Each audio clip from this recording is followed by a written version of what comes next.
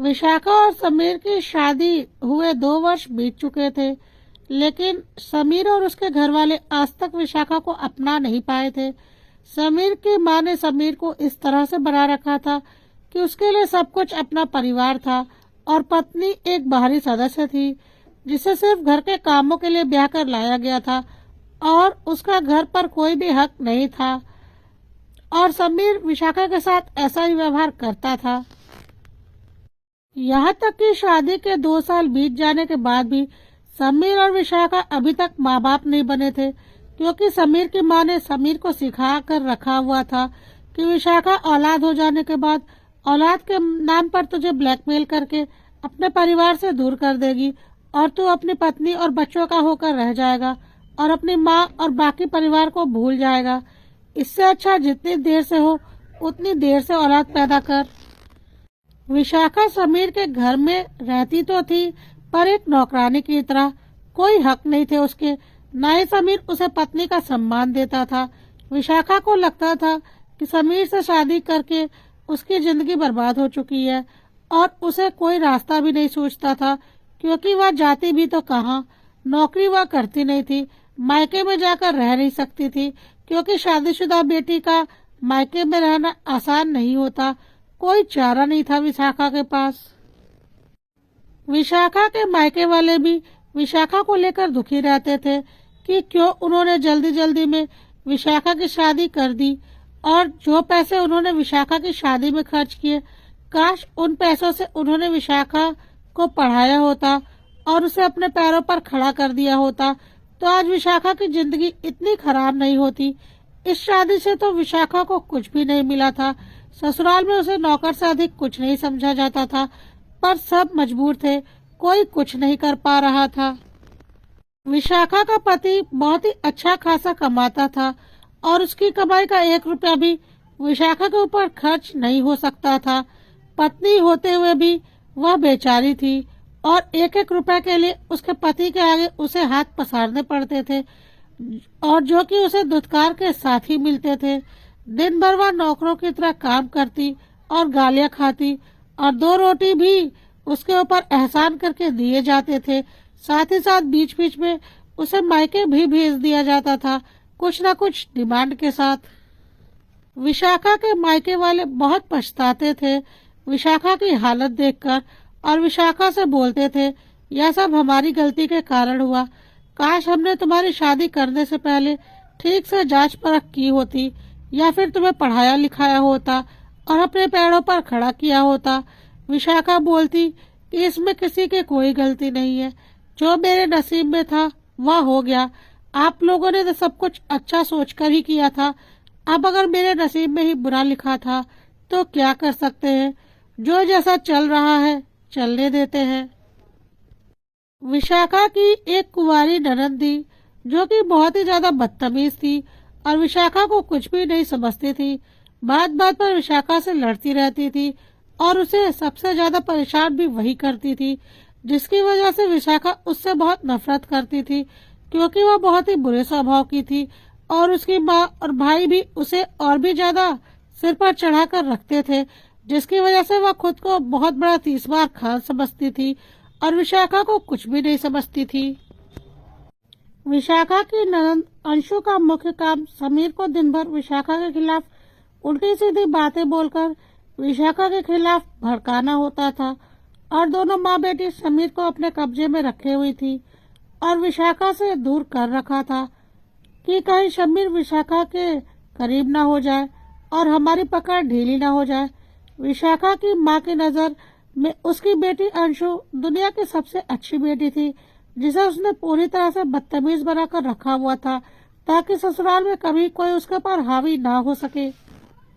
कुल मिलाकर समीर और अंशु और उसकी माँ सबके सब बहुत ही ज्यादा बदतमीज किस्म के प्राणी थे और विशाखा को घर के नौकर से ज्यादा कुछ नहीं समझते थे। साथ ही साथ यह बोलने से भी नहीं चूकते थे कि हम लोग तुम्हारे परिवार जैसे बेवकूफ नहीं है कि अपने घर की बेटी को कहीं भी ब्याह देंगे।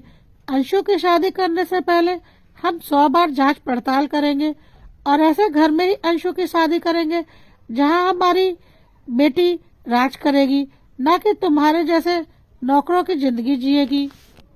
विशाखा को यह सब सुनकर बहुत दुख होता था और अंशु यह सब सुनकर और चौड़ी हो जाती थी और सोचती थी वह कितनी नसीब वाली है कि उसे इतने अच्छे माँ और भाई मिले हैं। और विशाखा से बोलती भी थी, देख लो तुम्हारे और मेरे नसीब में कितना फर्क है। अंशु अपने घर वालों के साथ के कारण दिन ब दिन बिगड़ती जा रही थी, जो कि समीर और उसकी माँ को बिल्कुल नहीं दिख रहा था, लेकिन विशाखा को साफ साफ दिख रहा था। लेकिन विशाखा को पता था अगर वह कुछ भी बोलेगी तो उसे ही गलत ठहराया जाएगा।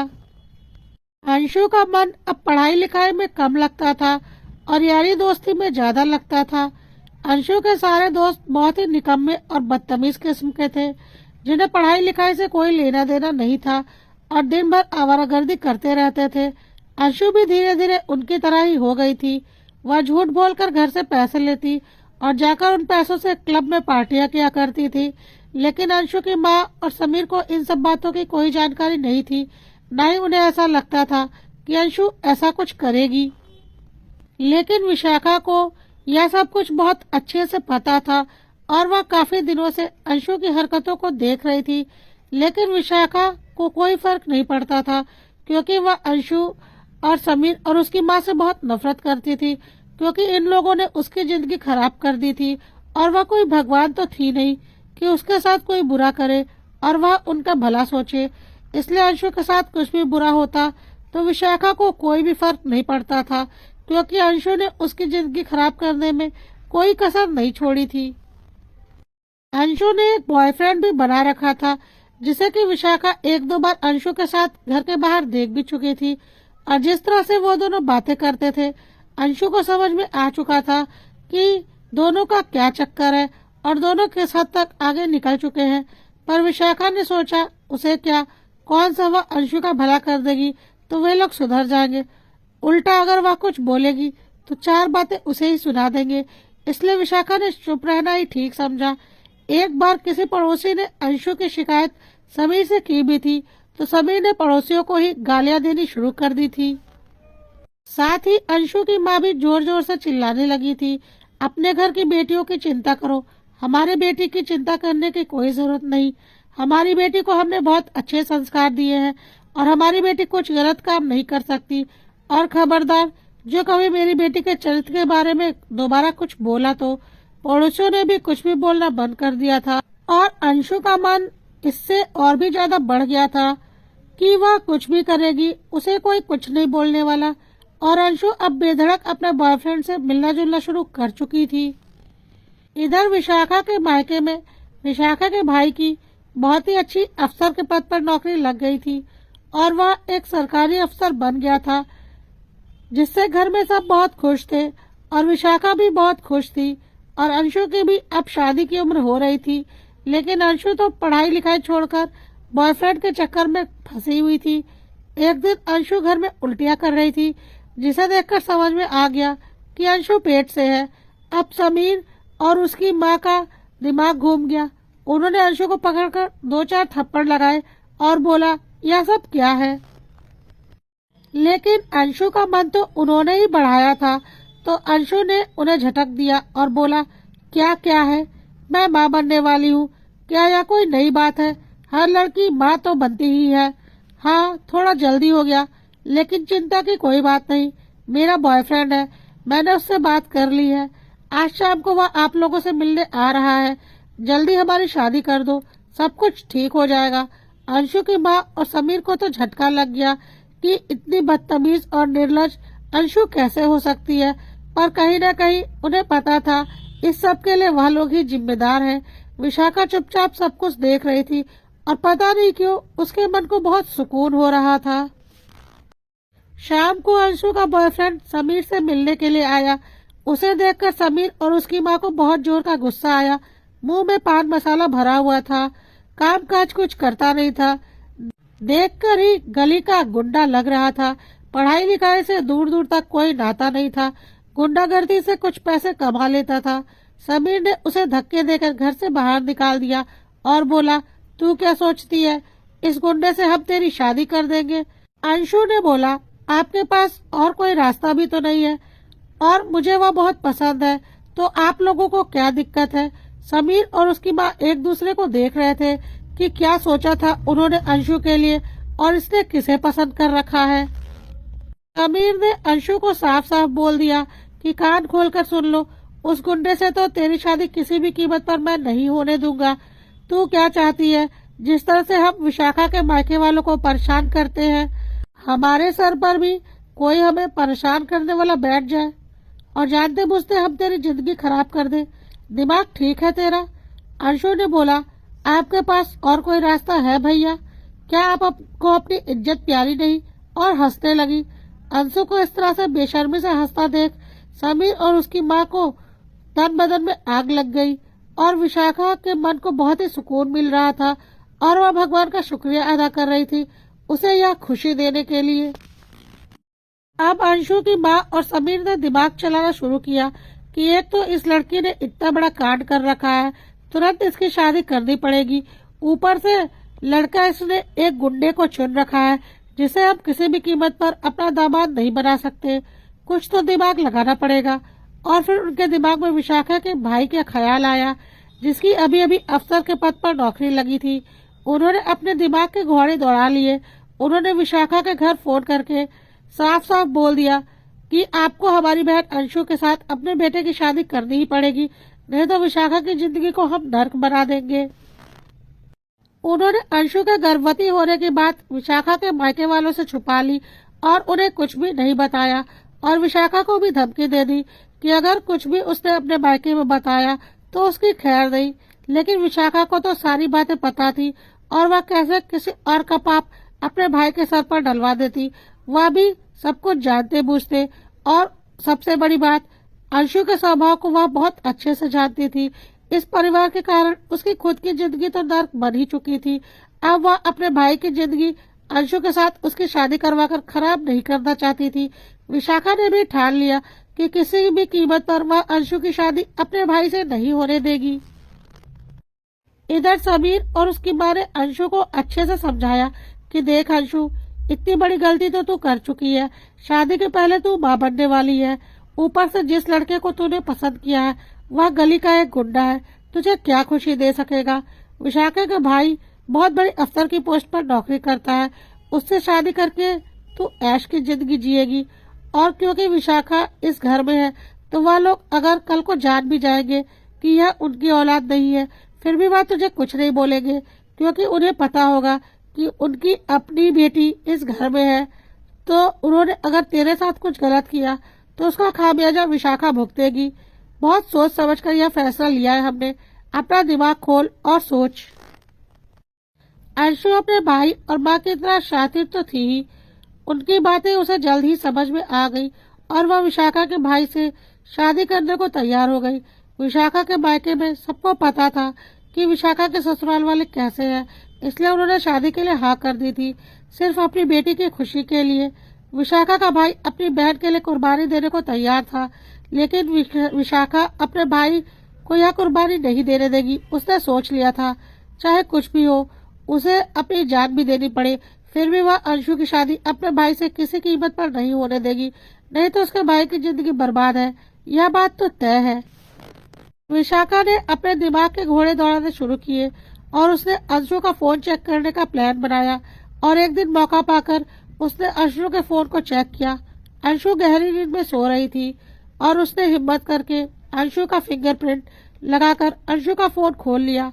विशाखा को बहुत अच्छे से पता था कि अंशु अभी देर तक सोने वाली है, इसलिए उसने आराम से अंशु का पूरा फोन चेक किया और उसे एक वीडियो मिल गई जिसे उसने झट से अपने फोन में ट्रांसफर कर लिया और अंशु के फोन से सब कुछ डिलीट कर दिया ताकि उसे पता ना चले उसने वीडियो अपने फोन में ले ली है।